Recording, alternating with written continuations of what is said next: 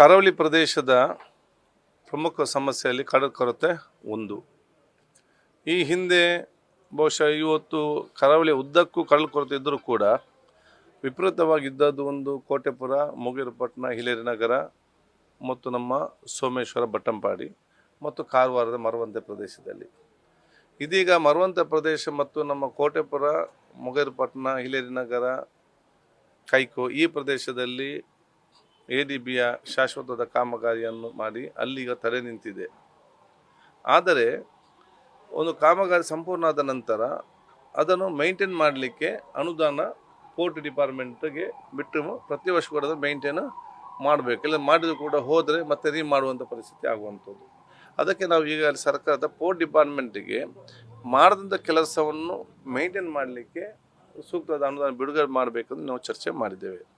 ನಿನ್ನೆ ಉನ್ನತ ಮಟ್ಟದ ಸಭೆಯಲ್ಲಿ ದಕ್ಷಿಣ ಕನ್ನಡ ಜಿಲ್ಲಾ ಉಸ್ತುವಾರಿ ಸಚಿವರು, ನಮ್ಮ ಮೀನುಗಾರಿಕೆ ಮತ್ತು ಬಂದರು ಸಚಿವಂತ ಮಂಕಲ್ ವೈದ್ಯರವರು, ಉಸ್ತುವಾರಿ ದಿನೇಶ್ ಗುಂಡ್ರವರವರು, ಅದೇ ನಮ್ಮ ಆರ್ಥಿಕ ಇಲಾಖೆಯ ಕಾರ್ಯದರ್ಶಿ ಅತಿಕ್ ಅವರು, ಇವು ನಮ್ಮ ಎಲ್ಲ ಮೀನುಗಾರಿಕೆ ಇಲಾಖೆ ಮತ್ತು ಪೋರ್ಟ್ ಇಲಾಖೆ ಮತ್ತು ವಿವಿಧ ಇಲಾಖೆ ಅಧಿಕಾರಿ ವರ್ಗ ಉನ್ನತ ಸಭೆ ನಡೆಸಿ ಇವತ್ತು ಕಡಲ ಕೊರತೆಯಲ್ಲಿ 2 ಹಂತದ ಕಾಮಗಾರಿ. ಒಂದು ಟೆಂಪರರಿ ಎಮರ್ಜೆನ್ಸಿ, ಎಲ್ಲಿ ಕಡಲ ಕೊರತೆ ಆಗ್ತದಂತೆ ಯಾರಿಗೂ ಕೂಡ ಹೇಳಲಿಕ್ಕೆ ಸಾಧ್ಯವಿಲ್ಲ. ಅಲ್ಲಿ ಒಂದು ಕಡೆ ಆಗ್ತದೆ ಹೇಳಿಕೊಂಡು ಕೆಲಸ ಮಾಡಿದರೆ ಅಲ್ಲಿ ಆಗದಿದ್ದಲ್ಲಿ ಸರ್ಕಾರ ನಾಳೆ ಕೇಳ್ತದೆ, ಆಗದ ನೀವು ಯಾಕೆ ಕೆಲಸ ಮಾಡಿದ್ದೀರ ಅಂತೇಳಿ. ಸಡನ್ ಆಗಿ ಬಂದಾಗ ತುರ್ತಾಗಿ ಎಮರ್ಜೆನ್ಸಿ ಜನಸಾಮಾನ್ಯರನ್ನು, ಪ್ರಾಣಿ ಪಕ್ಷಿಗಳ ಮನೆ ರಕ್ಷಣೆ ಮಾಡಲಿಕ್ಕೆ ಎಮರ್ಜೆನ್ಸಿ ವರ್ಕಿಗೆ ನಾವು ತಯಾರಾಗಿರಬೇಕು. ಅದಕ್ಕಾಗಿ ಇವತ್ತು DC ಅವರಿಗೆ ಆ ಒಂದು ಅನುದಾನ ಬಿಡುಗಡೆ ಮಾಡಬೇಕು. ಮಾತ್ರ ಅಲ್ಲ, ಆ ಕೆಲಸವನ್ನು ತಕ್ಷಣ ವಹಿಸಿಕೊಂಡು ಕೆಲಸ ಮಾಡಿಸಲಿಕ್ಕೆ ಅಧಿಕಾರವನ್ನು ಕೂಡ ನೀಡಬೇಕಂತ ನಾನು ಸೂಚನೆ ಮಾಡಿದ್ದೇವೆ.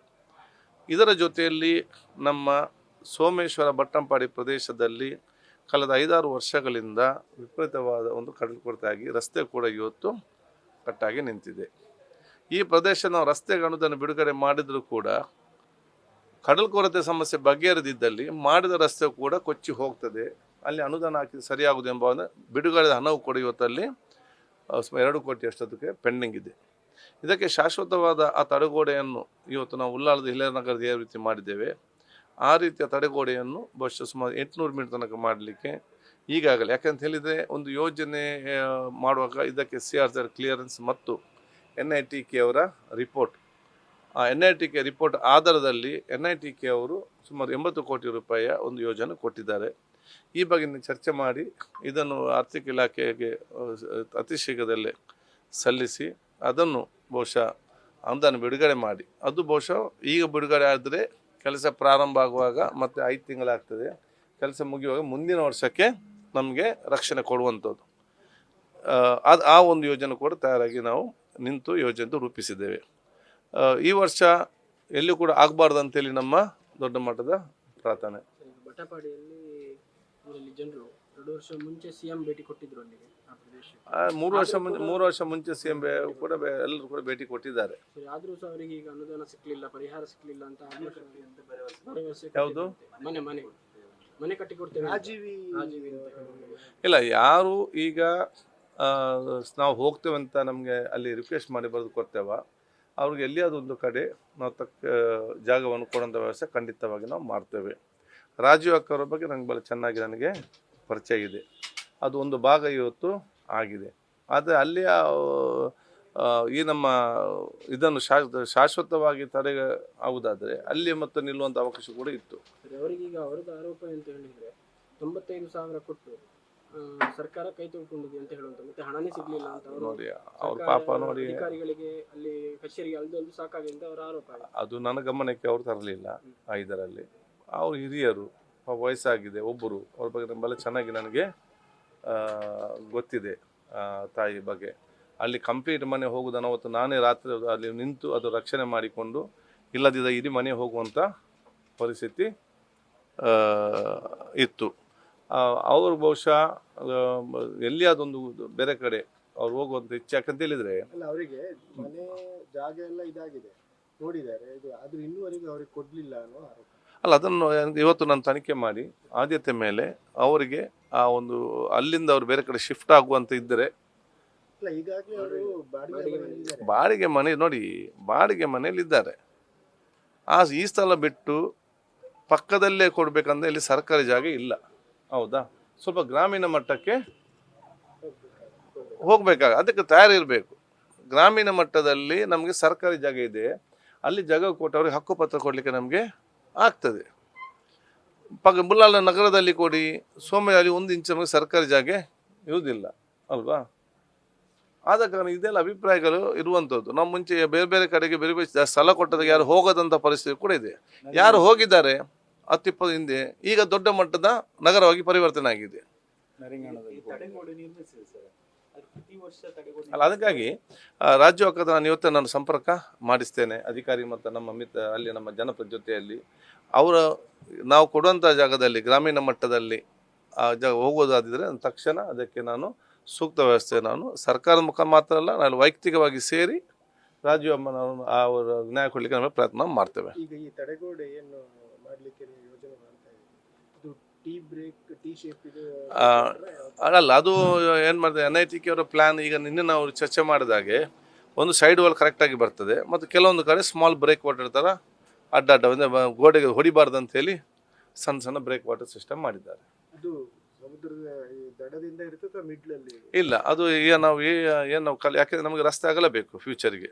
ಅದು ಸಮುದ್ರ ಮಧ್ಯೆ ನಮ್ಗೆ ಆದಷ್ಟು ಅಗಲ ರಸ್ತೆ ಆಗಿ ಎಲ್ಲಿ ಈಗ ನಾವು ಕಲ್ಲು ಹಾಕಿದ್ದೇವೆ ಅದಕ್ಕೆ ಮುಂದುವರಿಸಿಕೊಂಡು ಬರ್ತದೆ. ನಿನ್ನೆ ಬಹುಶಃ ಉಸ್ತುವಾರಿ ಸಚಿವರು ನಾವು ಮತ್ತು ನಮ್ಮ ಮಕ್ಕಳು ಸೇರಿಕೊಂಡು ಕರಾವಳಿ ಪ್ರದೇಶದಲ್ಲಿ ಇರುವಂಥ ಒಂದು ಕಡಲು ಕೊರತೆ, ಎರಡನೇದು ನಮ್ಮ ಈ ಮಂಗಳೂರು ನಗರ ವ್ಯಾಪ್ತಿ ಅಭಿವೃದ್ಧಿ ಆಗಬೇಕಾದ್ರೆ ಇವತ್ತು ZR ಝೋನಲ್ ರೆಗ್ಯುಲೇಷನ್, ಅದರಲ್ಲಿ ಈಗ ಎಕಾನಮಿಕ್ ವೀಕರ್ ಸೆಕ್ಷನ್ಗೆ ಉಚಿತವಾಗಿ ಮನೆ ಕೊಡುವಂಥ ಸ್ಕೀಮ್ ಇದೆ. ZR ಏನಾದರೂ ಇವತ್ತು ಆದೇಶ ಆದರೆ ಎಲ್ಲ ಬಿಲ್ಡಿಂಗ್ದು ಮಾಡೆಲ್ ಇನ್ ಸ್ಟೇಟ್ ಮತ್ತು ಕಂಟ್ರಿ ಅಂತ ಹೇಳಬಹುದು. Model in state in country, ಯಾಕೆಂದರೆ ಸೆಂಟ್ರಲ್ ಆ್ಯಕ್ಟ್ ಪ್ರಕಾರ ZR ಒಂದು ಸಿಸ್ಟಮ್ಯಾಟಿಕ್ ಮಾಡಿ, ಇನ್ನು ಯಾರಾದರೂ ಬಿಲ್ಡರ್ಗಳು ಒಂದು 100 ಫ್ಲ್ಯಾಟ್ ಕಟ್ಟೋದಾದರೆ ಅದ್ರಲ್ಲಿ ಇಷ್ಟು ಫ್ಲ್ಯಾಟ್ ಬಡವರಿಗೆ ಕಟ್ಟಿ ಕೊಡಬೇಕು, ಎಕಾನಮಿಕ್ ವೀಕರ್ ಸೆಕ್ಷನ್ ಸ್ಕೀಮ್ ಅಂತೇಳಿ. ಅದು ZR ಆದರೆ ಮಾತ್ರ ಇದು ಕೂಡ ಅದರಲ್ಲಿ ಬರಲಿಕ್ಕೆ ಆಗುವಂಥದ್ದು. ಸೊ ಎಕಾನಮಿಕ್ ವೀಕರ್ ಸೆಕ್ಷನ್ ಯಾರು, ಅದು ಜಿಲ್ಲೆಯವ್ರು ತೀರ್ಮಾನ ಮಾಡಬೇಕಾ, ರಾಜ್ಯದವ್ರು ತೀರ್ಮಾನ ಮಾಡಬೇಕಂತ ನಿನ್ನೆ ಚರ್ಚೆ. ಅದು ರಾಜ್ಯದವ್ರು ಮಾಡಬೇಕಂತ ನಿನ್ನೆ ಚರ್ಚೆ ಆಯಿತು, ಯಾರು ಕೊಡ್ಬೋದು ಅಂತೇಳಿ. ಉಚಿತವಾಗಿ ಬಡವರಿಗೆ ಪ್ರೈವೇಟ್ ಬಿಲ್ಡರ್ ಮುಖಾಂತರ ಇವತ್ತು ಕಟ್ಟಿಕೊಡುವಂಥ ಕೊಡೋದು ಸರ್ಕಾರ, ಕಟ್ಟಿಕೊಡೋದು ಬಿಲ್ಡರ್ಗಳು. ಆ ಒಂದು ಸ್ಕೀಮ್ ಕೂಡ ಇವತ್ತು ಆದಷ್ಟು ಬೇಗ ಬರಲಿಕ್ಕೆ ಚರ್ಚೆ ಆಯಿತು. ಅದು ಬಿಲ್ಡಿಂಗ್ ಬೈಲಾಸ್, ಇವತ್ತು ಕೇಂದ್ರ ಸರ್ಕಾರ ಒಂದು ಬಿಲ್ಡಿಂಗ್ ಬೈಲಾಸ್ ಆ್ಯಕ್ಟ್ ಅಂತ ಮಾಡ್ತದೆ. ಅದು ಇಡೀ ರಾಜ್ಯಕ್ಕೆ ನಮ್ಮ ಸೂಟ್ ಆಗೋದಿಲ್ಲ. ಇವತ್ತು ದಕ್ಷಿಣ ಕನ್ನಡ ಜಿಲ್ಲೆ ಮತ್ತು ಬೇರೆ ಬೇರೆ ನಮ್ಮ ಡೆಮೋಗ್ರಫಿ ಬೇರೆ, ನಮ್ಮ ಜಿಯೋಗ್ರಫಿ ಬೇರೆ, ನಮ್ಮ ಗುಡ್ಡಗಾಡು ಪ್ರದೇಶ, ಇಲ್ಲಿಗೆ ಸ್ವಲ್ಪ ಬೇಕಾಗುವ ರೀತಿಯಲ್ಲಿ ಆ ಕಾನೂನು ವ್ಯಾಪ್ತಿಯಲ್ಲಿ ಏನೆಲ್ಲ ನಮಗೆ ಯೋಜನೆ ತರ್ಬೋದು ಅಂತೇಳಿ ಆ ಬಗ್ಗೆ ದೀರ್ಘವಾದ ಚರ್ಚೆ ಆಯಿತು.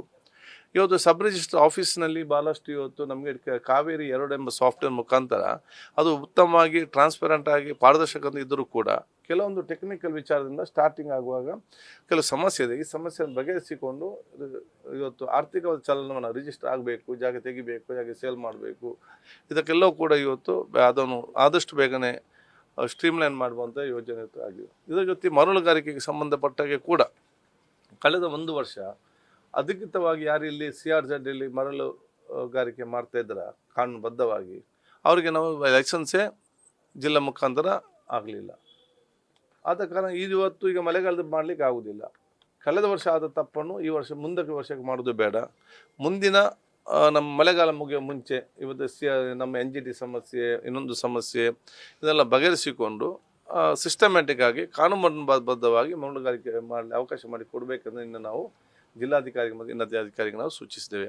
ಇದರ ಜೊತೆಯಲ್ಲಿ ಮೀನುಗಾರಿಕೆಗೆ ಸಂಬಂಧಪಟ್ಟ ಹಾಗೆ ಇವತ್ತು ನಮ್ಮ ವಾಟರ್ ಫ್ರಂಟ್ ಸ್ಕೀಮ್ ಇದರಲ್ಲಿ ವಾಟರ್ ಫ್ರಂಟ್ ಯೋಜನೆಯಲ್ಲಿ ಬರೀ ಒಂದಿಬ್ಬರಿಂದಾಗಿ ಇವತ್ತು ನಮಗೆಲ್ಲೂ ಕೂಡ 1-2 ಜನ ಸರ್ಕಾರಿ ಜನರನ್ನು ವಶಪಡಿಸಿಕೊಂಡು ಅದಲ್ಲಿ ಇವತ್ತು ವ್ಯಾಪಾರ ಮಾಡಿಕೊಂಡು ಜಿಲ್ಲಾಧಿಕಾರಿ ಮುಖಾಂತರ ಅವರ ಮೇಲೆ ಕೇಸ್ ಆಗಿದೆ. NGTಗೆ ಹೋಗಿ ಇರುವುದು ಸರ್ಕಾರಿ ಜಾಗದಲ್ಲಿ ಪಬ್ಲಿಕ್ಗೆ ಅಷ್ಟು ಕೋಟಿ ಹಾಕಿ ಇವತ್ತು ಕೆಲಸ ಮಾಡುವಾಗ ಕೆಲವಿಂದ ಸಮಸ್ಯೆ ಆಗ್ತದೆ ಅಭಿವೃದ್ಧಿಗೆ. ಅದಕ್ಕೊಂದು ಜನರ ಜವಾಬ್ದಾರಿ ಕೂಡ ಇದೆ. ಅಧಿಕಾರಿಗಳು ಸರ್ಕಾರ ಯೋಜನೆ ತರ್ತದೆ, ಊರವರು ಇದಕ್ಕೆ ಸಹಕಾರ ಕೊಡದಿದ್ರೆ ಒಂದಿಬ್ಬರಿಂದಾಗಿ ಎಲ್ಲರಿಗೂ ಸಮಸ್ಯೆ ಆಗುವ ಪರಿಸ್ಥಿತಿ. ಇದರ ಬಗ್ಗೆ ಗಂಭೀರವಾದ ಚರ್ಚೆ ಆಯಿತು. ನಾವು ಕ್ರೆಡೆಯವರಿಗೆ ಮತ್ತು ಊರವರಿಗೆ ಹೇಳಿದ್ದೇವೆ, ನೀವು ಕೂಡ ಅದಕ್ಕೆ ಸಾಥ್ ಕೊಡಬೇಕಂತೇಳಿ. ಸೊ ಅದಾದರೆ ನಮ್ಮ ದೊಡ್ಡ ಮಟ್ಟದ ವಾಟರ್ ಫ್ರಂಟ್ ಯೋಜನೆ ಕೂಡ ಇವತ್ತು ಡೆವಲಪ್ಮೆಂಟ್ ಆಗಿ ಬರುವಂಥದ್ದು. ಅಷ್ಟು ಮಾತ್ರ ಅಲ್ಲ, ಮಂಗಳೂರೊಂದು ಆಕರ್ಷಿತವಾದ ಸ್ಥಳ ಮಾಡಲಿಕ್ಕೆ ಇವತ್ತು ನಮ್ಮಲ್ಲಿ ಯಾವುದೇ ದೊಡ್ಡ ಮಟ್ಟದ ಒಂದು ಯೋಜನೆ ಇಲ್ಲ. ಬೆಂಗಳೂರಿಂದ ಬರ್ತಾರೆ ಫ್ಲೈಟಲ್ಲಿ ಸೀದಾ ಬೇಕಲ್ಗೆ ಮತ್ತು ಕಾಸರಗೋಡಿಗೆ ಹೋಗ್ತಾರೆ, ಈ ಕಡೆ ಹೋದರೆ ಕಾರವಾರ ಕಡೆ ಹೋಗ್ತಾರೆ. ಸೊ ಪ್ರವಾಸಿಗರನ್ನು ಮಂಗಳೂರಲ್ಲಿ ಆಕರ್ಷಿಸಲು ನಾವು ಏನು ಮಾಡಬೇಕಂತ ನಿಶ್ಚಯ ಆಗಿದೆ. ಅದರ ಉಸ್ತುವಾರಿ ಸಚಿವರು ಅದನ್ನು ಬಹುಶಃ ಮುಂದಿನ ದಿನಗಳಲ್ಲಿ ಬಂದು ಅದನ್ನು ಬಹುಶಃ ಅವ್ರು ಘೋಷಣೆ ಮಾಡ್ತಾರೆ. Thank you. ನ್ಯೂಸ್ ಫಸ್ಟ್ ನಿರ್ಭೀತಿಯಿಂದ ನಿಮ್ಮ ಪರವಾಗಿ.